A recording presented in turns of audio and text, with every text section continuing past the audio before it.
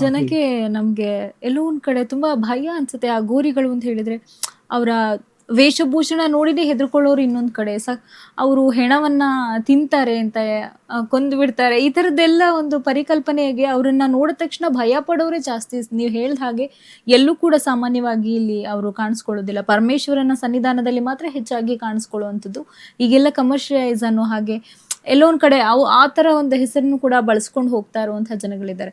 ಈ ನಿಜವಾದ ಅಘೋರಿಗಳ ಮಧ್ಯೆ ಇವ್ರುಗಳನ್ನ ನಾವು ಹೇಗೆ ಗುರುತಿಸಬಹುದು ಹಾಗಿದ್ರೆ? ನೋಡಿ, ಪರಮೇಶ್ವರ ಯಾವತ್ತಾದರೂ ತೊಂದರೆ ಕೊಟ್ಟಿದ್ದಾನ?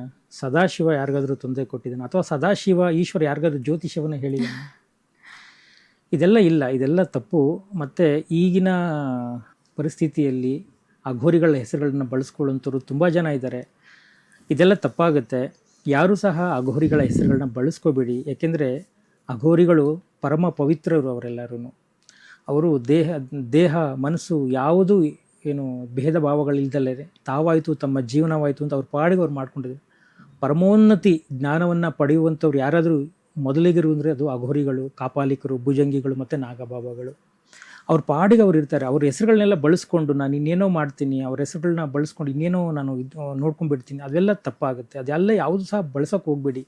ನಮ್ಮ ಒಳ್ಳೇದಕ್ಕೆ, ನಮ್ಮ ಕೆಟ್ಟದ್ದಕ್ಕೆ ಅವ್ರೇನೋ ಒಳ್ಳೇದು ಮಾಡಿಬಿಡ್ತಾರಂತೆ, ಅವ್ರೇನೋ ಮಾಟ ಮಂತ್ರ ಮಾಡಿಬಿಡ್ತಾರಂತೆ, ಅಥವಾ ಅವ್ರೇನೋ ಮೋಡಿ ವಿದ್ಯೆ ಕಲ್ತ್ಬಿಟ್ಟಿದ್ದಾರಂತೆ, ಹಾಗಂತೆ ಹೀಗಂತೆ ಅವ್ರನ್ನ ಹೆಸರ ಬಳಸ್ಕೊಂಡು ಎಷ್ಟು ನ್ಯಾಯ ಇದೆ ಹೇಳಿ ನೋಡೋಣ ಇದರಲ್ಲಿ? ಹೀಗೆಲ್ಲ ಮಾಡೋದು ತುಂಬ ತಪ್ಪಾಗುತ್ತೆ. ಅಘೋರಿಗಳು ಯಾರ ಸಂಪರ್ಕಕ್ಕೆ ಬರೋದಿಲ್ಲ. ಅವ್ರು ಯಾರು ಬಂದಿದ್ದಾರೆ ಅಂದರೆ ಅವನು ಕಳ್ಳ ಅಘೋರಿನೇ ಆಗಿರ್ತಾನೆ ಹೊರತು ನಿಜವಾದಂತಹ ಅಘೋರಿ ಆಗಿರೋಕ್ಕೆ ಸಾಧ್ಯನೇ ಇಲ್ಲ. ಈ ಅಘೋರಿಗಳು ಪಾಲಿಸ್ತಾ ಇರುವಂತಹ ಜೀವನ ಶೈಲಿ ಎಲ್ಲೋ ಒಂದ್ ಕಡೆ ನಮ್ಮ ಧಾರ್ಮಿಕ ಆಚರಣೆಗಳಿಗೆ ವಿರುದ್ಧವಾಗಿ ಇದೆಯಾ, ಅಥವಾ ಇದು ಎಲ್ಲವನ್ನು ಕೂಡ ಮೀರಿ ಉತ್ತುಂಗದಲ್ಲಿ ಇದ್ದಾರೆ ಅಂತ ಹೇಳ್ತೀರಾ? ಇಲ್ಲ, ಅವ್ರು ಮಾಡ್ತಾ ಇರೋದೇ ಸರಿ. ಧಾರ್ಮಿಕ ಆಚರಣೆಗಳು ಅವ್ರು ಮಾಡ್ತಾ ಇರೋದೇ ಸರಿ. ನಾವು ಆಡಂಬರದ ಆಚರಣೆಗಳು, ಧಾರ್ಮಿಕ ಆಚರಣೆಗಳು ಇವತ್ತು ಆಡಂಬರ ಆಗೋಗಿದೆ. ಆಡಂಬರ ಯಾಕಾಗಿದೆ ಅಂತೇಳಿ ನಾವು ತೋರಿಸ್ಕೋಬೇಕು ಅಷ್ಟೇ. ಫಲಪುಷ್ಪಗಳಿಂದ ಭಗವಂತನಿಗೆ ತೃಪ್ತಿಪಡಿಸಲಿಕ್ಕೆ ಸಾಧ್ಯನಾ? ಅಥವಾ ಇನ್ಯಾವುದು ಧೂಪ ದೀಪ ನೈವೇದ್ಯಗಳಿಂದ ಭಗವಂತನ ಒಲಿಸ್ಕೊಳ್ಳಿಕ್ಕೆ ಸಾಧ್ಯನಾ? ಹಾಗಾದ್ರೆ ಅಷ್ಟು ಅವನು ನಿಕೃಷ್ಟನೇ ಅಥವಾ ಅಷ್ಟು ಅವನು ಇದಾಗಿದ್ದಾನ? ಅದೊಂದು ಕ್ರಿಯೆ, ಅದೊಂದು ಭಾಗ ಅಷ್ಟೇ. ಅವರು ನಿಮ್ಮ ಜೀವನ ಶೈಲಿಯನ್ನು ಅವ್ರು ಸರಿ ಇಲ್ಲ ಅಂತಾರೆ. ನಾವು ಬದುಕ್ತಾ ಇರೋದೇ ಸರಿ, ನಮ್ಮ ವಿಧಿವಿಧಾನನೇ ಸರಿ ಅಂತಾರೆ ಅವರು.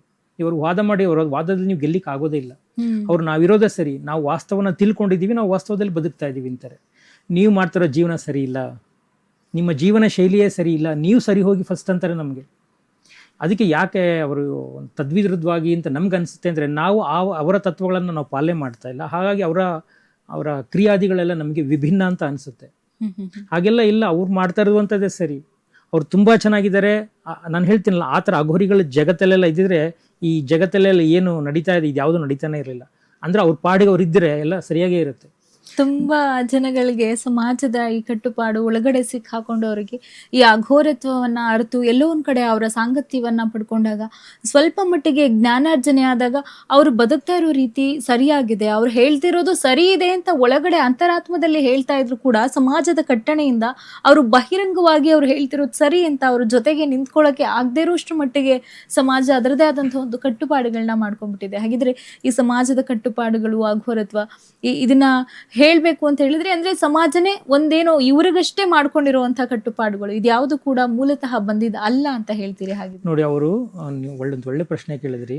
ಕಟ್ಟುಪಾಡುಗಳು, ಆ ಕಟ್ಟುಪಾಡುಗಳೇ ಇಲ್ಲ ಅವರಲ್ಲಿ. ಜಾತಕವನ್ನ ನಂಬೋದಿಲ್ಲ ಅವರು, ಸೂತಕ ಇಲ್ಲ.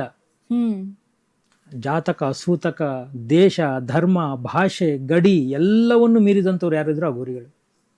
ಅವರಷ್ಟು ಪವಿತ್ರರು. ನಾನು ಯಾಕೆ ಈಗ ಈಶ್ವರನು ಅಷ್ಟೇ, ಪರಮೇಶ್ವರ ಸದಾಶಿವ ಅಷ್ಟು ಪವಿತ್ರ ಅವನು. ಹಾಗಾಗಿ ಅವನ ಶಕ್ತಿಯನ್ನು ಅರ್ಥ ಮಾಡ್ಕೊಂಡಿರುವಂಥವರು ಯಾರೂ ಸಹ ತೊಂದರೆ ಕೊಡೋದಿಲ್ಲ. ಅವರು ಸರಳವಾಗಿ ಬದುಕ್ತಾ ಇರ್ತಾರೆ, ಸಹಜವಾಗಿ ಬದುಕ್ತಾ ಇರ್ತಾರೆ. ಸಮಾಜಮುಖಿ ಆಗದೇನೆ ತಾನಾಯಿತು ತನ್ನ ಕೆಲಸ ಆಯಿತು ಹಾಗೇ ಬದುಕು ಬಂದಿರ್ತಾರೆ. ಅವ್ರಿಗೆ ಯಾವ್ದು ನಾನು ಹೇಳಿದ್ನಲ್ಲ ಆವಾಗಲೇ, ಜಾತಕ, ಸೂತಕ, ಧರ್ಮ, ದೇಶ, ಭಾಷೆ ಯಾವ ಅವರು ಮೊದಲಿಗರಾಗಿ ಪ್ರೀತಿಸುವಂಥದ್ದು ಅವ್ರು ಯಾವುದು ಅಂತಂದರೆ ಪ್ರಕೃತಿ. ಈ ಪ್ರಕೃತಿಯನ್ನ ಪ್ರೀತಿಸ್ತಾರೆ ಅವರು. ಗಾಳಿ, ನೀರು, ಬೆಂಕಿ, ಭೂಮಿ, ಆಕಾಶ, ಈ ಪಂಚತತ್ವಗಳನ್ನು ಪ್ರೀತಿ ಮಾಡುವವರು ಮೊದಲಿಗರು ಯಾರು ಅಂದರೆ ಅವರೇ. ಅವರಷ್ಟು ಗೌರವವನ್ನು ಕೊಡ್ತಾರೆ. ಅದಕ್ಕೆ ಅವರು ಮಾಡುವಂಥ ಪ್ರಾಣಾಯಾಮ ಯಾವ ಯೋಗಾಸನದ ಗುರುಗಳು ಸಹ ಮಾಡ್ಲಿಕ್ಕೆ ಆಗೋದಿಲ್ಲ. 15 ನಿಮಿಷ 20 ನಿಮಿಷ ಉಸಿರನ್ನು ಬಿಗಿ ಇಟ್ಟಿದ್ದಾರೆ ಅವರು. ಅಂದರೆ ದೇಹ ಅಂದರೆ ಗಾಳಿಯನ್ನು ಅಷ್ಟು ಅಂದರೆ ಹಿಡಿದಿಟ್ಕೊಡುವಂಥ ಸಾಮರ್ಥ್ಯವನ್ನು ಪಡ್ಕೊಳ್ತಾ ಇರ್ತಾರೆ. ಗಾಳಿಯನ್ನು ಪ್ರೀತಿಸಿ ದಿನ ಬೆಳಗಾಗಿ ಅವರು ಗಂಗೆಗೆ ನಮಸ್ಕಾರ ಮಾಡ್ತಾರೆ, ಗಾಳಿಗೆ ನಮಸ್ಕಾರ ಮಾಡ್ತಾರೆ, ತಿನ್ನುವಂಥ ಅನ್ನಕ್ಕೆ, ನಡೆದಾಡುವಂಥ ಭೂಮಿಗೆ, ಎಲ್ಲದಕ್ಕೂ ಈ ಪಂಚಭೂತಗಳನ್ನು ಆರಾಧನೆ ಮಾಡ್ತಾರೆ. ಈ ಪಂಚಭೂತಗಳನ್ನ ಆರಾಧನೆ ಮಾಡಿಯೇ ಈ ಗಣಶಕ್ತಿಗಳನ್ನು ಆಹ್ವಾನ ಮಾಡಿಕೊಂಡು ತಾಂತ್ರಿಕ ಶಕ್ತಿಯ ಜಾಗೃತಿಯನ್ನು ಅವರು ಪಡ್ಕೊಳ್ತಾರೆ. ಈ ಅಘೋರಿ ಮಾರ್ಗವನ್ನ ನಾವು ಅನುಸರಿಸಬೇಕು ಅಂತ ಹೇಳಿದ್ರೆ, ಅಥವಾ ಅಘೋರತ್ವವನ್ನ ತಗೋಬೇಕು, ದೀಕ್ಷೆಯನ್ನ ತಗೋಬೇಕು ಅಂತ ಹೇಳಿದ್ರೆ, ಯಾವ ರೀತಿಯಾಗಿ ಮನುಷ್ಯ ಮೊದಲು ತಯಾರಾಗಿರ್ಬೇಕು? ಅವನು ಯಾವ ರೀತಿಯಾದಂತಹ ಯೋಗ್ಯತೆಗಳನ್ನ ಸಂಪಾದನೆ ಮಾಡ್ಬೇಕಾಗತ್ತೆ ಹಾಗಿದ್ರೆ? ಇಲ್ಲ, ಯೋಗ ಯೋಗ್ಯತೆಗಳು ಆ ಥರದ್ದೆಲ್ಲ ಏನಿಲ್ಲ. ತಾನು ಸರಳವಾಗಿ ಬದುಕಿದ್ರೆ ಅವನೇ ನಿಜವಾದಂಥ ಅಘೋರಿ. ಅಂದರೆ ಈ ಸರ್ವವನ್ನು ಒಪ್ಪಿ ಅವನು ಅಲ್ಲೇ ಹೋಗಿ ಹಿಮಾಲಯದಲ್ಲೇ ಹೋಗಿ ಜೀವನ ಮಾಡಬೇಕು, ಹಿಮಾಲಯದ ತಪ್ಪಲದಲ್ಲಿ ಹರಿದ್ವಾರ, ಋಷಿಕೇಶ ಅಥವಾ ಇನ್ಯಾವುದೋ ಸ್ಥಳಗಳಲ್ಲಿ ನದಿ ತಟಗಳಲ್ಲೇ ಹೋಗಿ ನಾನು ಬದುಕಬೇಕು ಅಂದರೆ ಅವನನ್ನು ಅಘೋರಿ ಅಂತ ಕರೆಯೋದಿಲ್ಲ. ಸಮಾಜಮುಖಿಯಾಗಿಯೂ ಸಹ ನೀವು ಅಘೋರತ್ವವನ್ನು ಪಾಲನೆ ಮಾಡಬಹುದು.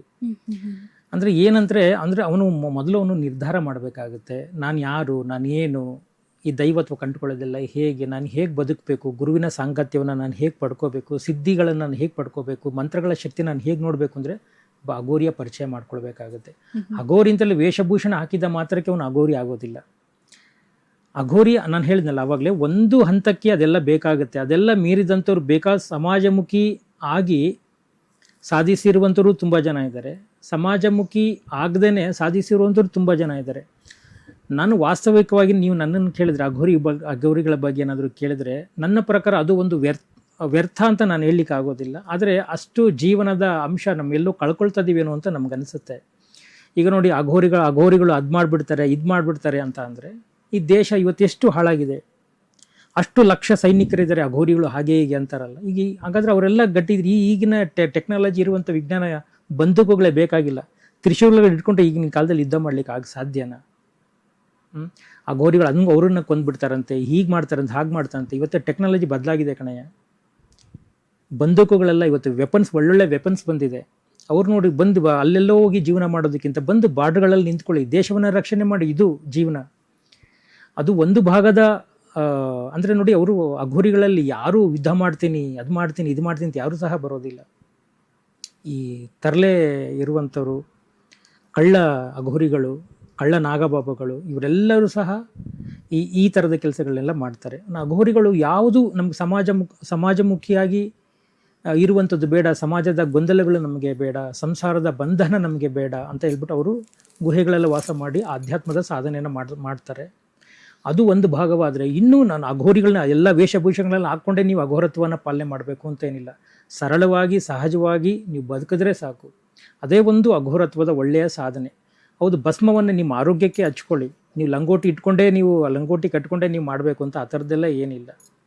ಒಳ್ಳೆ ಬಟ್ಟೆ ಹಾಕ್ಕೊಳ್ಳಿ, ಒಳ್ಳೆ ಮಾತಾಡಿ, ಒಳ್ಳೆ ದೈವಿಕ ಶಕ್ತಿಯಲ್ಲಿ ನೀವು ಸಂಜೋಡಣೆಗೊಳ್ಳಿ, ನಿಮಗೂ ಸಹ ಅಘೋರತ್ವದ ಶಕ್ತಿ ಬರುತ್ತೆ. ಒಬ್ಬ ಗುರು, ಯಾವುದಾದ್ರೂ ಗುರು ಆಗಿರ್ಬೋದು, ಅವರನ್ನು ಗೌರವಿಸಿ, ಪ್ರೀತಿಸಿ, ಅವ್ರಿಗೆ ಔದಾರ್ಯ ಮನಸ್ಸಿರಲಿ, ಅವರ ಜೀವನಗಳ ಬಗ್ಗೆ ಏನೋ ಬೇರೆ ವಿಚಾರಗಳೆಲ್ಲ ಯಾವ ಗುರುಗಳು ನಿಮಗೆ ವಿದ್ಯೆಗಳನ್ನ ಕೊಟ್ಟಿರ್ತಾರೋ ಆ ಗುರುವಿನ ಹಿನ್ನೆಲೆಗಳನ್ನ ಕೆದಕಲಿಕ್ಕೆ ಹೋಗಬೇಡಿ. ಏನು ಮಾಡೋಕ್ಕೆ ಹೋಗ್ಬೇಡಿ. ಗುರು ನಮ್ಗೆ ಏನು ಕೊಟ್ಟಿರ್ತಾರೆ ಅಷ್ಟು ವಿದ್ಯೆಯನ್ನು ನಾವು ಅಭ್ಯಾಸ ಮಾಡಿಕೊಂಡು ಪರಮ ತತ್ವವನ್ನು ನಾವು ಪಾಲಿಸ್ಬೇಕಾಗುತ್ತೆ, ಪರಮ ದೈವಿಕ ಶಕ್ತಿಯನ್ನು ಹೊಂದಬೇಕಾಗುತ್ತೆ. ಗುರುಗಳೇ, ಈ ಅಘೋರತ್ವ ಅಂತ ಹೇಳಿದ್ರೆ ಅದು ಮನುಷ್ಯನಲ್ಲಿರುವಂತಹ ಈ ಭಯಗಳನ್ನೆಲ್ಲವನ್ನು ಮೀರಿಸಿ ಒಂದು ಹಂತಕ್ಕೆ ತಗೊಂಡು ಹೋಗುವಂಥ ಒಂದು ಪ್ರಕ್ರಿಯೆನ ಹಾಗಿದ್ರೆ. ಬಿಕಾಸ್ ಅವರು ಜೀವನ ಶೈಲಿ ನೀವೇ ಹೇಳಿದಾಗೆ ಸ್ಮಶಾನವಾಸಿಗಳಾಗಿರ್ತಾರೆ, ಸ್ಮಶಾನದಲ್ಲಿ ಅವರು ಹೆಚ್ಚು ಇರುವಂಥದ್ದು, ಮತ್ತು ತಡರಾತ್ರಿ ಎಲ್ಲ ಅವರ ಸಂಚಾರಗಳಿರುತ್ತೆ. ನೀವು ಹೇಳಿದಾಗೆ ಸಮಾಜಮುಖಿಯಾಗಿ ಅವರು ಎಲ್ಲೂ ಬರೋದೇ ಇಲ್ಲ. ಒಬ್ಬ ಮನುಷ್ಯ ರಾತ್ರಿ ಸಂಚಾರ ಮಾಡೋದಕ್ಕೆ ಭಯ ಪಡುವಂಥದ್ದು ಒಂದು ಕಡೆ, ಇನ್ನೊಂದು ಕಡೆ ಸ್ಮಶಾನ ಅಂತ ಹೇಳಿದರೆ ಆ ದಿಕ್ಕಲ್ಲಿ ತಲೆ ಹಾಕಿ ಕೂಡ ಮಲ್ಗೋದಿಲ್ಲ ಮನುಷ್ಯರುಗಳು. ಆದರೆ ಅವರು ತಡರಾತ್ರಿ ಏಕಾಂಗಿಯಾಗಿ ಸಂಚಾರ ಮಾಡುವಂಥದ್ದು, ಸ್ಮಶಾನದಲ್ಲಿ ಸಿದ್ಧಿಯನ್ನು ಮಾಡುವಂಥದ್ದು, ಅಂದರೆ ಮನುಷ್ಯ ತನ್ನ ಒಳಗಡೆ ಇರುವಂಥ ಎಷ್ಟೋ ಭಯಗಳನ್ನು ಮೀರಿ ಹೋಗಬೇಕು ಅನ್ನುವಂಥ ಒಂದು ಉದ್ದೇಶ ಇದೆ. ಅಥವಾ ಈ ರೀತಿ ಆಚರಣೆಗಳ ಹಿಂದೆ ಬೇರೆ ಏನಾದರೂ ಕಾರಣಗಳಿದೆಯಾ? ನಮಗೆ ನೆಮ್ಮದಿ ಕೊಡುವಂಥ ಸ್ಥಳ ಯಾವುದಾದ್ರೂ ಇದ್ರೆ ಅದು ಸ್ಮಶಾನ ಮಾತ್ರ. ಮನುಷ್ಯನ ಜಂಜಾಟಗಳು ಎಲ್ಲಿ ಇರಲ್ವೋ ಅಲ್ಲಿ ಶಾಂತಿ ಇರುತ್ತೆ.